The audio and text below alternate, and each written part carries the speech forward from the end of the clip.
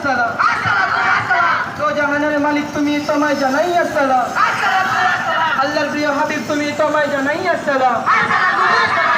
তো আল্লাহর প্রিয় নবী তুমি তোমায় জানাই আসসালাম। নারায়ে তাকবীর।